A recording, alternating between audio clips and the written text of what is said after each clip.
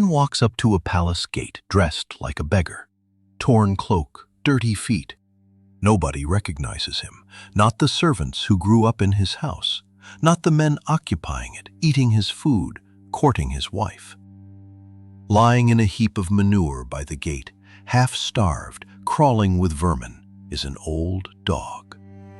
He lifts his head, his ears go up, and before the beggar says a word, the dog knows. The dog is Argos, and the sentence everyone knows about him is this: he waited 20 years for his master to come home, and the moment he saw him, he died. Homer never wrote that. Not the waiting. The 20 years are in the text. The dying is in the text.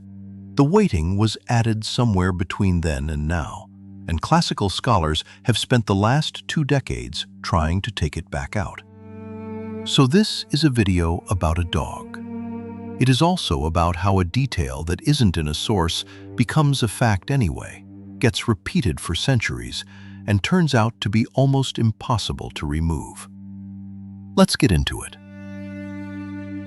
Odysseus has been home on Ithaca since Book 13. Athena disguised him so nobody would know him. He has been staying with Eumaeus, his swineherd, learning what happened to his house. Now Eumaeus is walking him up to the palace for the first time in 20 years. They arrive, and there is a dog on the dung heap outside the door.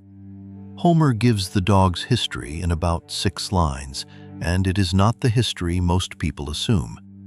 Odysseus bred Argos himself, but he left for Troy before he ever got any use out of him.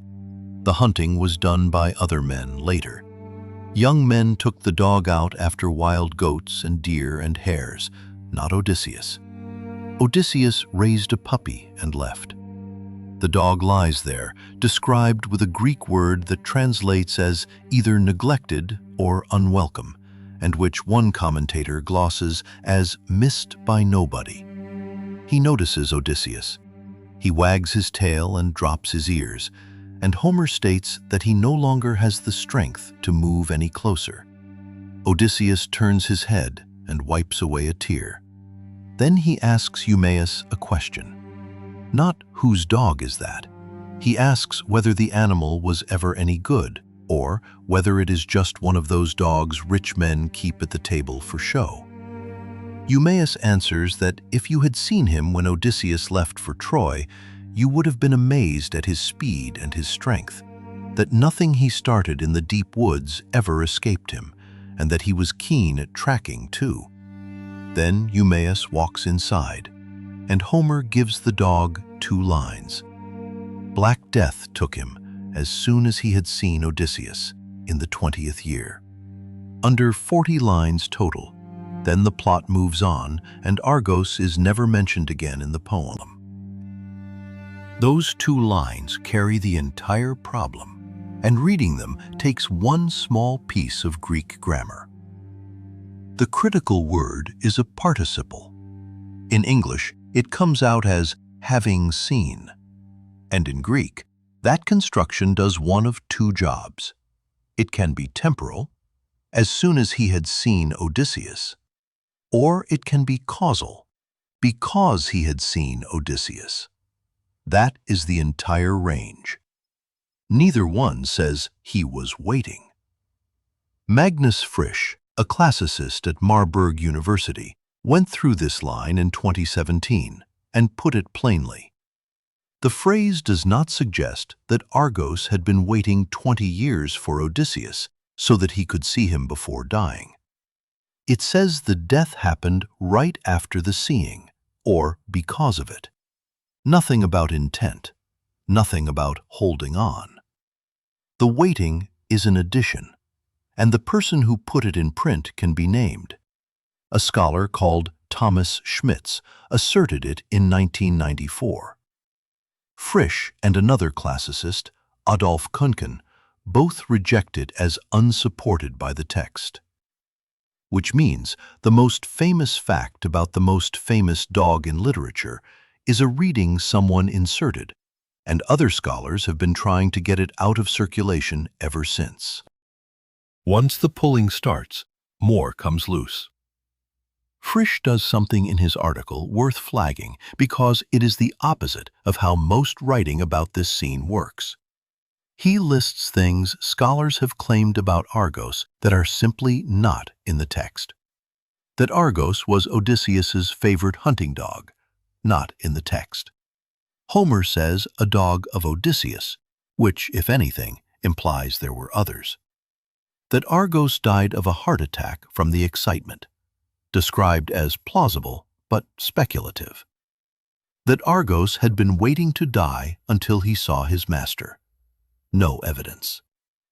And one sentence in that article states the principle directly. Care must be taken not to invent or add anything that is not in the text in order to support a particular interpretation.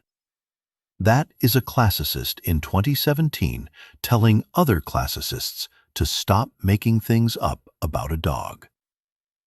There is more. Frisch points out that it is not even certain from the text that Argos recognizes Odysseus at all. What Homer describes is an old dog paying attention to a stranger. The recognition is implied, strongly, and Frisch concludes Homer clearly intends that reading. But the poem never states it outright. And the neglect probably did not start when Odysseus left. Reading Eumaeus's own explanation, the dog was likely cared for until he got too old to hunt, and the household only stopped bothering once Odysseus was widely presumed dead, which had happened relatively recently. So the image most people carry, a devoted dog abandoned for 2 decades, holding on by force of will, is assembled from parts that are not in the source. Now, the 20 years themselves, because that part is in the text, and it was already a problem in antiquity. Aelian, writing in Greek in the 2nd or 3rd century after Christ, questioned whether Homer's description was credible at all. Aristotle, 4 centuries earlier, had accepted it as possible. 2 of the biggest names in ancient natural history disagreeing about whether a dog can live 20 years. That argument is older than most countries, and it still is not settled. The oldest dog Guinness World Records recognizes is an Australian cattle dog named Bluey, 29 years and 5 months, died in 1939. In February 2023, that record fell. A Portuguese dog named Bobby was crowned at 30 years and 266 days, and he kept going, dying that October at a reported 31. Then, veterinarians started writing to Guinness with concerns. Guinness opened a review. The central evidence for Bobby's birth date turned out to be microchip data from a Portuguese government database that did not require proof of age for any dog born before 2008. In February 2024, they stripped the record. It reverted to Bluey, which leaves the oldest verified dog on Earth as a claim from 1939, documented to 1939 standards, reinstated because the modern challenger could not be proven. Aelian doubted the number. Aristotle allowed it. 22 centuries later, the record-keeping body had to revoke its own headline entry for insufficient evidence. 20 is at the outer edge of possible. Homer's audience was hearing a poem where men string impossible bows. The number is doing work in the story rather than reporting a fact. But nothing had to be invented to say that. That is just reading. So if Argos is not a symbol of loyalty, and Frisch's conclusion is that the loyalty reading exaggerates the dog's role, especially the claim that he was waiting, then why is he in the poem at all? There are 3 answers with real support, and they are better than the one that was lost. First, the analogy, and the intuitive reading here is wrong, which is worth stating plainly. The intuitive reading is contrast. Everyone else in that house fails. The dog succeeds. Loyal animal, disloyal humans. That is the version in most popular retellings. It is not what the scene does. Frisch is explicit. The contrast reading does not match the structure. The actual pattern is a parallel. Argos, formerly swift and strong, now decrepit and filthy, and cared for by nobody, is a figure for Odysseus himself. Formerly a powerful king, now standing in his own doorway dressed as a beggar, unwelcome in his own house. And beyond Odysseus, the dog is a figure for the whole household, which has fallen apart the same way. Argos does not stand against the decay. He is made of it. He suffers from the servant's negligence exactly as the household and the king suffer from it. Second, the timing. The scene interrupts the plot at the precise moment Odysseus is about to walk back into his own hall after 20 years.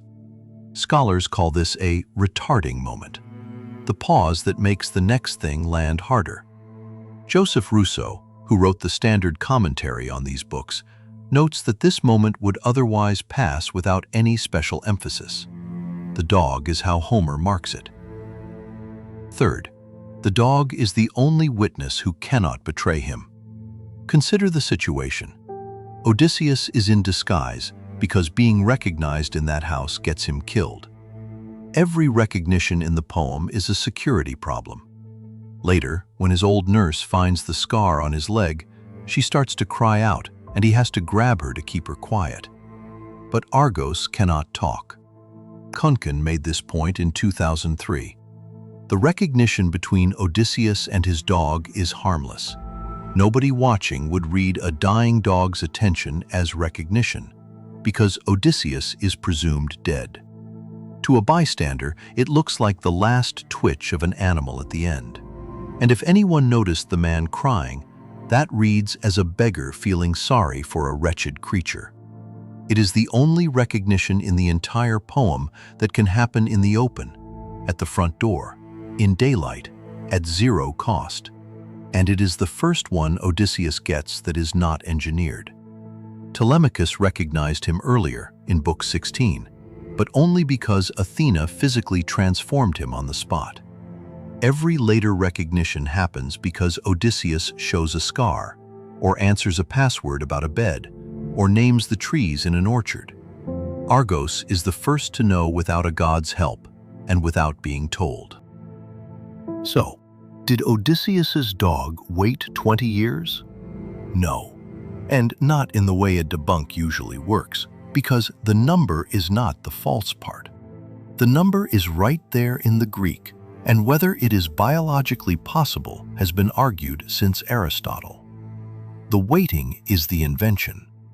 Homer wrote that death took the dog as soon as he saw his master, in the 20th year.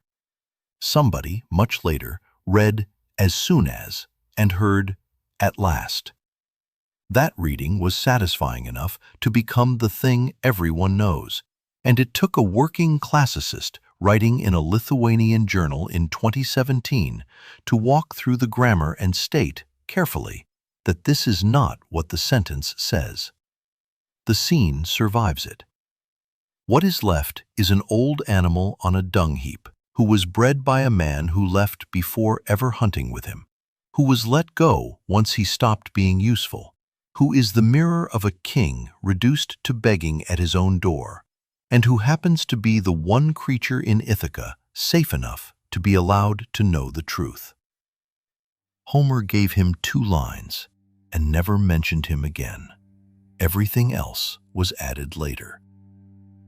The oldest and most famous story about a dog turns out to be, in part, a story about what people put into a text because they wanted it to be there.